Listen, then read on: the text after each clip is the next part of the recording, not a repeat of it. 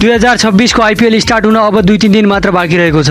तर तपाईहरुलाई चिन्ता लागिरहेको छ कि आइपिएल कहाँबाट हेर्ने भनेर। त्यो पनि मोबाइल, ल्यापटप, कम्प्युटर, टिभीबाट नै। घरमा बसी बसी होस् या कलेजमा पढाइ गर्दा गर्दै पनि तपाई आइपिएल को मजा लिन सक्नुहुन्छ। यो भिडियो तिमीहरू आइपिएल हेर्न चाहने फ्यान्सहरुको लागि। यो भिडियो पूरा हेरिसकेपछि तपाईहरु फुल एचडी को साथ आफूले चाहे जस्तो गरेर आइपिएल हेर्न सक्नुहुन्छ। यो भिडियोलाई स्किप नगरी अन्तिमसम्म हेर्नुस्। म डिटेल रूपमा बताउने छु कि तपाईहरु आइपिएल सजिलोसँग कसरी हेर्न सक्नुहुन्छ।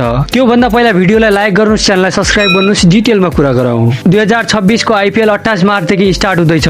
हजारौं नेपाली क्रिकेट फ्यान्सहरुले पनि आइपिएल को मजा लिने गर्छन्। नेपालमा पनि आइपिएल का धेरै फ्रेन्चाइजीहरुका फ्यान्सहरु रहेका छन्। 2008 देखि सुरु भएको आइपिएल को यो 19औं सिजन हो। क्रिकेटमा आइपिएल एकमात्र लिग यस्तो हो जसले दुनियाका ठूला लिगहरुसँग कम्पिटिसन गर्न सक्छ।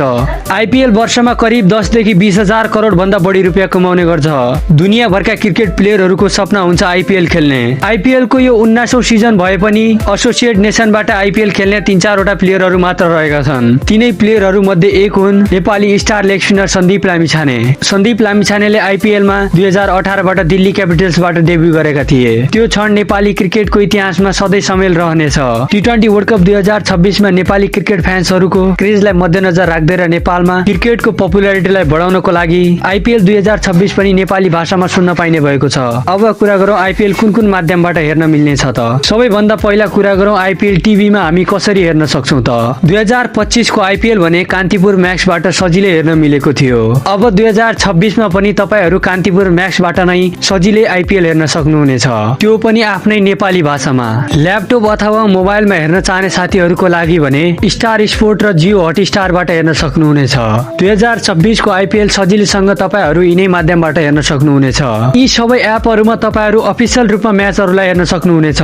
तर मेन प्रब्लम नै यही भन्दा पछाडी हुन्छ। हामीहरुलाई थाहा भइसक्यो कुन एपबाट हेर्न सकिन्छ भनेर। तर भने यी एपहरु नेपालमा अवेलेबल छैन भनिरहेछ। यो के खालको झोलझपाट हो त। अब मोबाइलबाट एनपिएल हेर्नको लागि मसँग एउटै विकल्प छ। त्यसको बारेमा सायद धेरै साथीहरुलाई थाहा नै होला। अब जसरी भयो नि जुगाड लगाउनै पर्छ केटा हो। त्यो जुगाडको नाम तल म कमेन्टमा भनिदिन्छु। यहाँ त्यसको बारेमा बोल्यो भने त मेरो भिडियो उडाइदिन्छ। आजलाई यति नै, बाँकी कुरा अर्को भिडियोमा गरौँला।